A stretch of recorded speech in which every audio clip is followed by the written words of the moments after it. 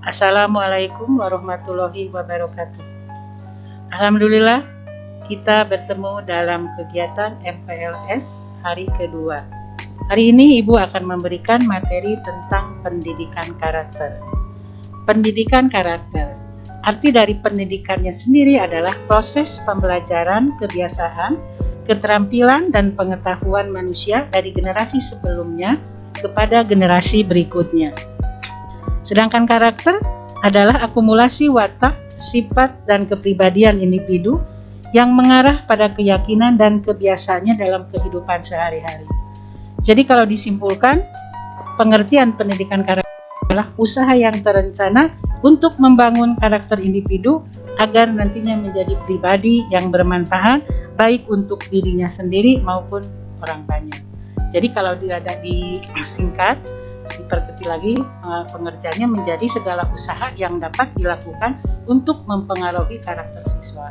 Sebetulnya pengertian pendidikan karakter itu banyak para ahli yang menjelaskan definisi pendidikan karakter. Ibu akan mengutip salah seorang ahli, Thomas Licona, yang menjelaskan bahwa pendidikan karakter adalah usaha yang disengaja untuk membantu seseorang sehingga ia dapat memahami, memperhatikan, dan melakukan nilai-nilai etika yang inti.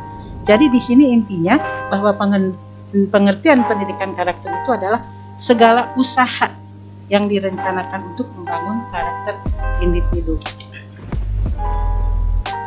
Nilai-nilai dalam pendidikan karakter yang pertama adalah religius, yang mencerminkan keberimanan terhadap Tuhan Yang Maha Esa. Religius itu bersifat keagamaan. Artinya, hal-hal yang berhubungan dengan kepercayaan kepada Tuhan sesuai dengan agama atau kepercayaannya. Contohnya, kalian beribadah sesuai dengan agama masing-masing. Kemudian, contoh yang lain bersedekah dan menyebarkan kebaikan ke sesama. Yang nomor 2 adalah toleransi. Toleransi adalah menghargai berbagai macam perbedaan, baik perbedaan suku, agama, budaya, atau kebiasaan, saling menghormati, saling menghargai dengan semua perbedaan. Contohnya apa? Kalian bisa berteman dengan siapa saja tanpa melihat suku, agama, budayanya mana, apa. Yang kedua, bisa membantu pekerjaan orang tua di rumah tanpa harus disuruh. Yang ketiga, contohnya ramah dan baik kepada siapa saja. Yang ketiga adalah cinta damai, yaitu satu sikap yang menjadikan orang lain menjadi nyaman. Orang lain akan merasa tenang, orang lain akan merasa senang, orang lain akan merasa damai. Contohnya, kita bersikap ramah, bersikap santun terhadap orang lain, menghargai teman, menghargai orang tua, menghargai sesama. Yang keempat, bersahabat. Bersahabat senang bekerja sama dengan orang lain, berteman, berkelompok. Contohnya apa? Kalian bisa berkomunikasi yang baik dengan teman, baik komunikasi secara lisan ataupun komunikasi secara tulis. Selanjutnya, saling menghargai, saling menghormati, termasuk ke dalam nilai pendidikan karakter bersahabat. Yang kelima, peduli lingkungan. Mencegah kerusakan lingkungan. Menjaga lingkungan tempat tinggal kita, mulai dari rumah, sekolah, lingkungan tempat tinggal kita, dengan mencegah kerusakan lingkungan. Contoh yang paling sering kalian lakukan adalah membuang sampah pada tempatnya, menanam tanaman dan memeliharanya, mulai menyirami, memberi pupuk. Yang kedua adalah nasionalis, menempatkan kepentingan bangsa dan negara di atas kepentingan pribadi dan kelompok. Yang pertama adalah disiplin.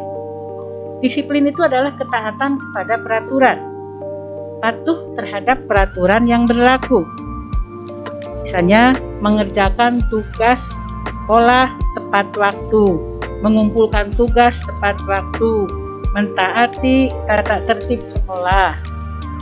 Yang ketujuh adalah cinta tanah air, cinta terhadap bangsa dan negara. Perbuatan yang menunjukkan kesediaan keberpihakan, kepedulian, penghargaan kita terhadap tanah air. Karena kita berada di Indonesia, artinya kita harus cinta kepada Indonesia. Apa contohnya? Bangga terhadap produk sendiri, menggunakan bahasa Indonesia yang baik dan benar. Jadi tidak menggunakan bahasa asing. Kapan, dengan siapa, situasinya bagaimana, bahasa Indonesia itu dapat digunakan dengan baik dan benar.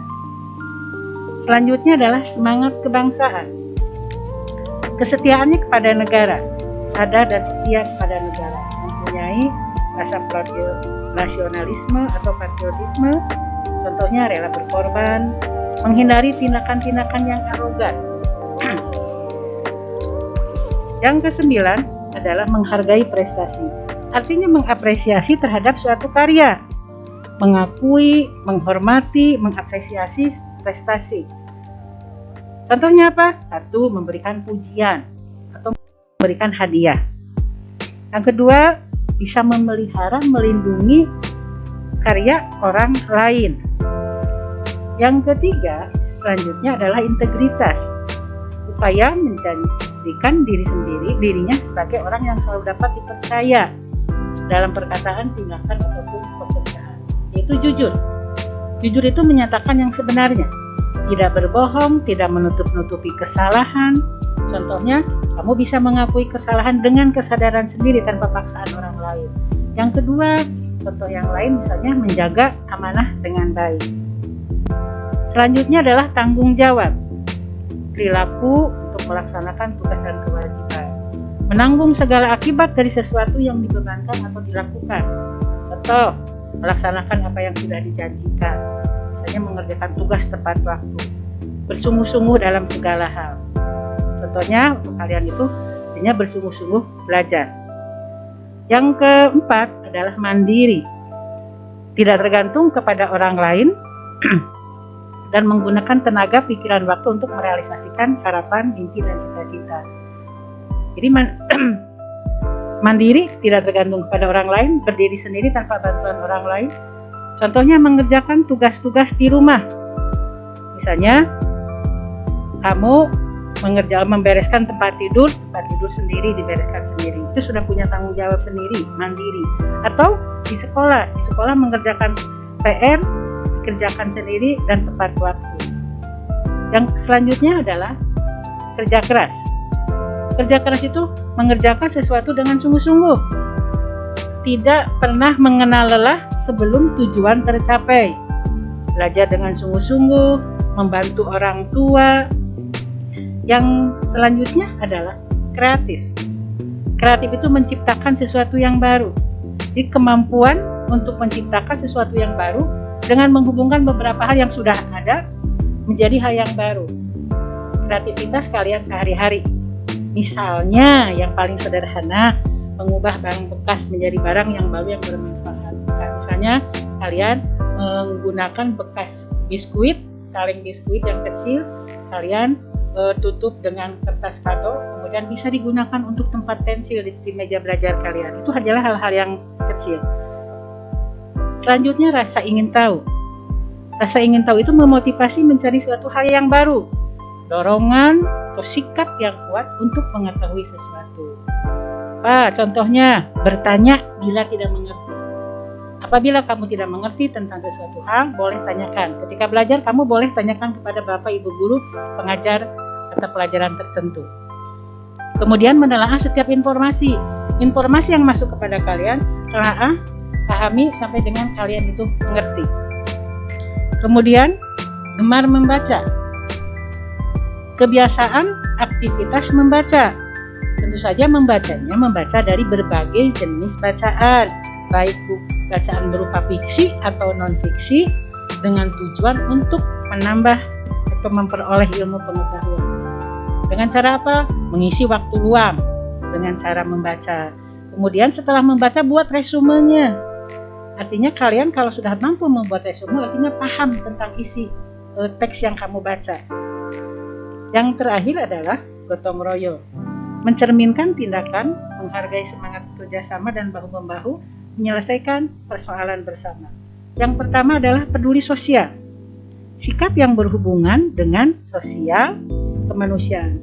kita bisa memperhatikan orang-orang yang ada di sekitar kita. Misalnya kita peduli terhadap teman untuk yang membutuhkan pertolongan, membela yang benar, tidak mengejek, merundung, atau bahasa sekarang membuli teman.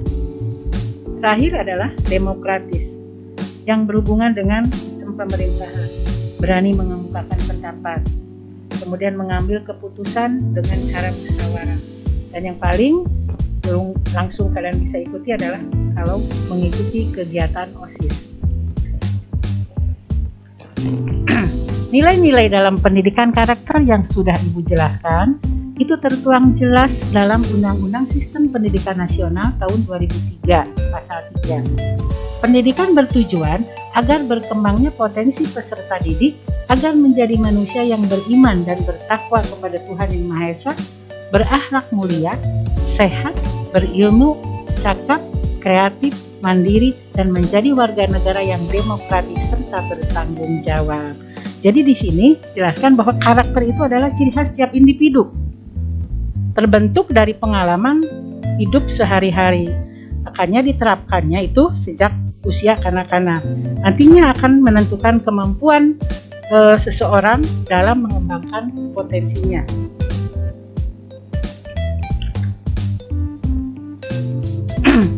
Sembilan pilar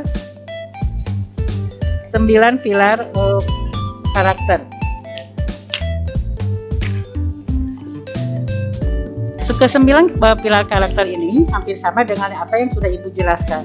Ibu ulangi lagi di sini bahwa 9 pilar karakter itu yang pertama adalah karakter cinta Tuhan dan ciptaannya. Artinya berhubungan dengan kepercayaan kepada Tuhan sesuai dengan agama dan kepercayaannya dan makhluk ciptaannya.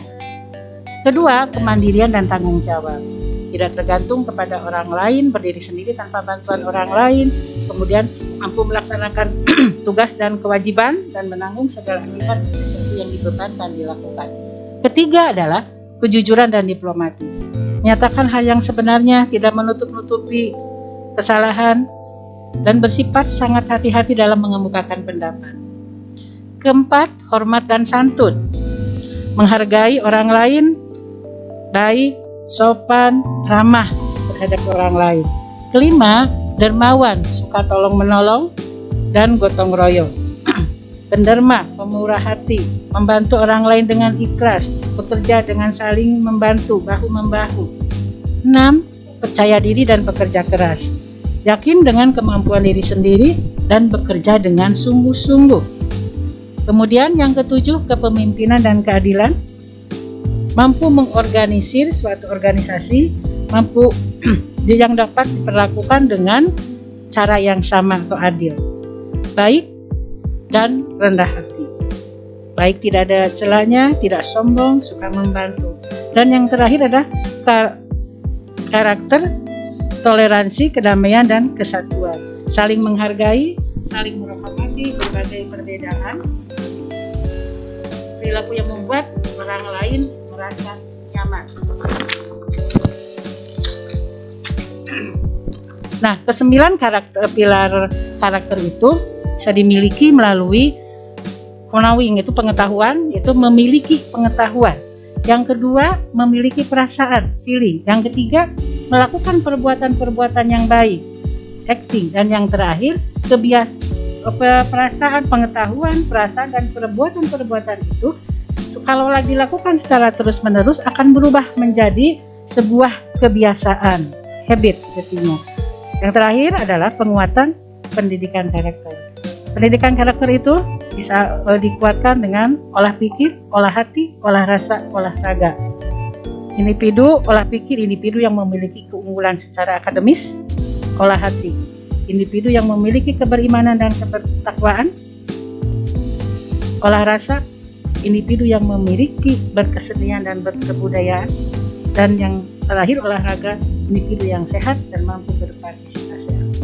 Kesimpulannya, bahwa pendidikan itu tidak hanya membentuk insan Indonesia yang cerdas, namun berkepribadian, berkarakter, sehingga akan lahir generasi bangsa seperti kalian yang tumbuh berkembang dengan karakter yang mempunyai nilai-nilai luhur bangsa serta agama. Demikianlah yang dapat Ibu sampaikan. Semoga bermanfaat. Terima kasih atas perhatiannya. Assalamualaikum warahmatullahi wabarakatuh.